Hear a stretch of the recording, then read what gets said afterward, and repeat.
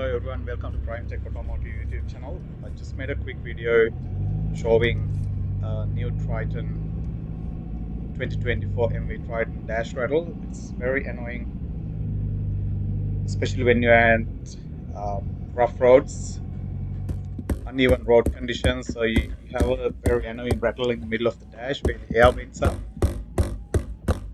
That's what it is.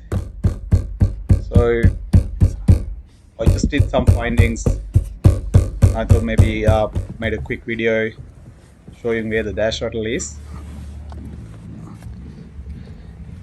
So you need to remove the actual audio unit, which is a display.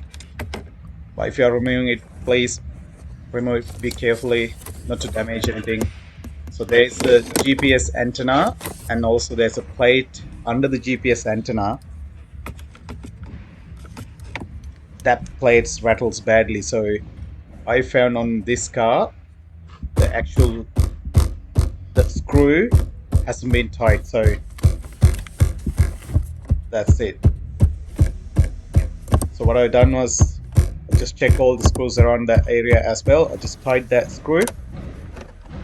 Simple fix, guys, and the rattle is gone.